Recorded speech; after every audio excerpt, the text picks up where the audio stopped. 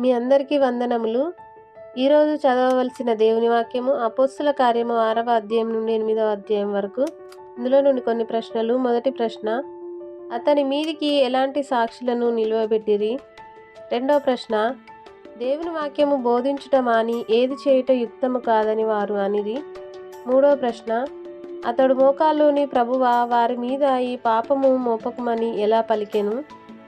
నాలుగవ ప్రశ్న, తమ చేతులతో నిర్మించిన వాటి అందు వారు ఏమి చేసిరి?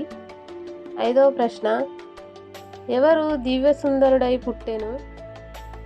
ఆరవ ప్రశ్న, ఫిలిప్పు అతని ఆ లేఖనమును అనుసరించి అతనికి ఏమి ప్రకటించెను? ఏడవ ప్రశ్న, సౌలైతే దేనిని పాడు చేయుచుండెను? ఈ సమాధానాలు తెలిసిన వారు కామెంట్ బాక్స్లో తెలియజేయగలరు. షేర్ చేయండి, సబ్స్క్రైబ్ చేయండి, లైక్ చేయండి.